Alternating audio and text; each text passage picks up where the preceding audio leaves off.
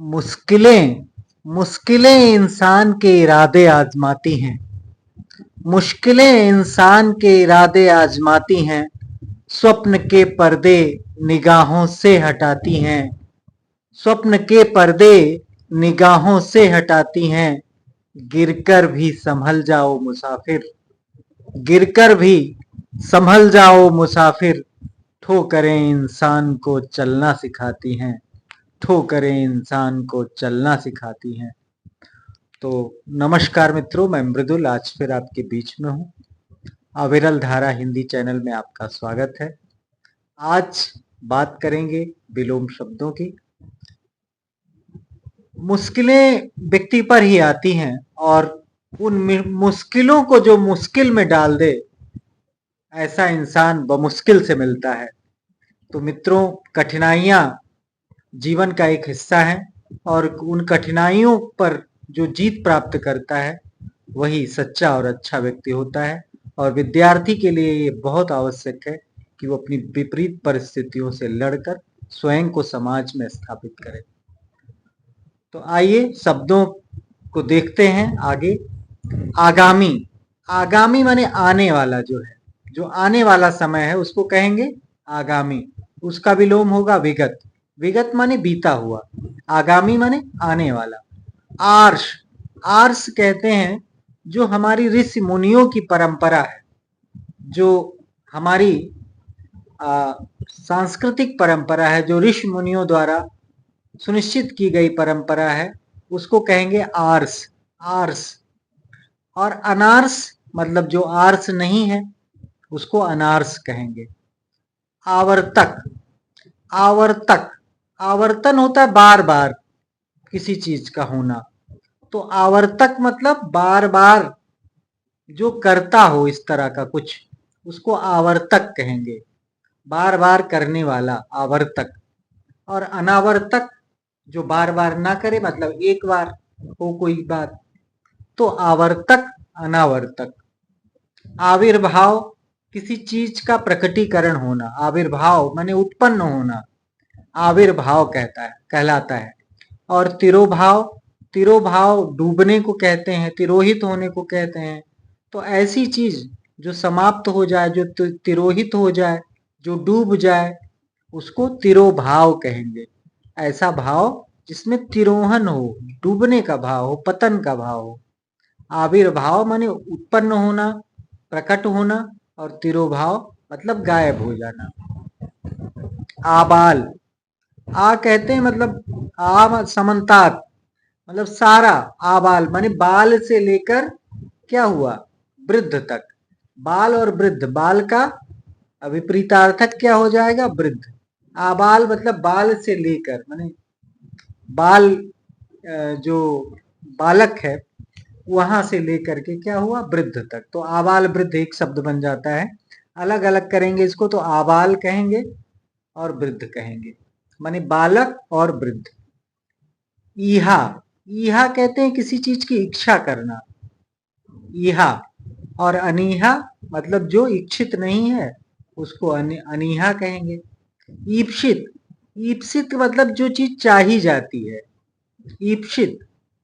इसी से अभीप्सित बना है, जो हमारा लक्ष्य है उसको क्या कहेंगे, अभीप्सित कहेंगे। तो ईप्सित, ईप्सित मतलब जो चीज चाही जा रही, जो वस्तु चाही जा रही है वो ईप्सित है हमारे लिए। और अनीप्सित मतलब जो ना चाही जाए। उत्कृष्ट माने जो श्रेष्ठ हो, निकृष्ट जो बुरा हो। उन्मीलन। उन्मीलन कहते हैं विशेषकर यह नेत्रों के संदर्भ में आता है।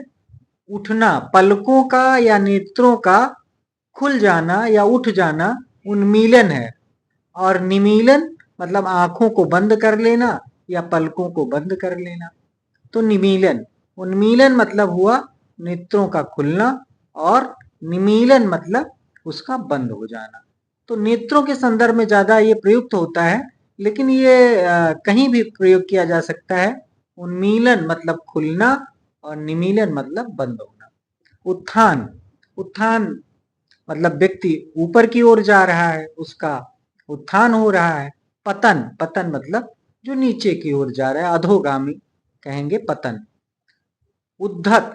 उद्धत मतलब जो उग्र स्वभाव का हो, और विनत मतलब जो विनम्र स्वभाव का हो। उपचार किसी की दवा करना, उपचार करना है। अनुपचार मतलब जिसकी दवा ना की जा सके या ना हो, वो अनुपचार हो जाएगा। उपकार किसी के प्रति कोई कार्य करता है व्यक्ति तो वो कहता है उपकार होता है, उपकार। और इसी का विपरीतार्थक क्या हो जाएगा? अपकार। प्रति उपकार भी एक शब्द आता है, तो उपकार के बदले में जो उपकार किया जाए उसको कहेंगे प्रति उपकार, और उपकार के बदले में अगर उपकार ना किया जाए तो उसको क्या कह सकते हैं? अपकार कह सकते हैं। मतलब किसी ने उपकार किया और आपने उसके बदले में अपकार किया, तो उपकार का विपरीतार्थक अपकार है। उत्थित, उत्थित मतलब उठा हुआ। पतित मतलब गिरा हुआ। उत्थित, पतित। उन्नत, उन्नत मतलब श्रेष्ठ है जो। अवनत मतलब जो निम्न है।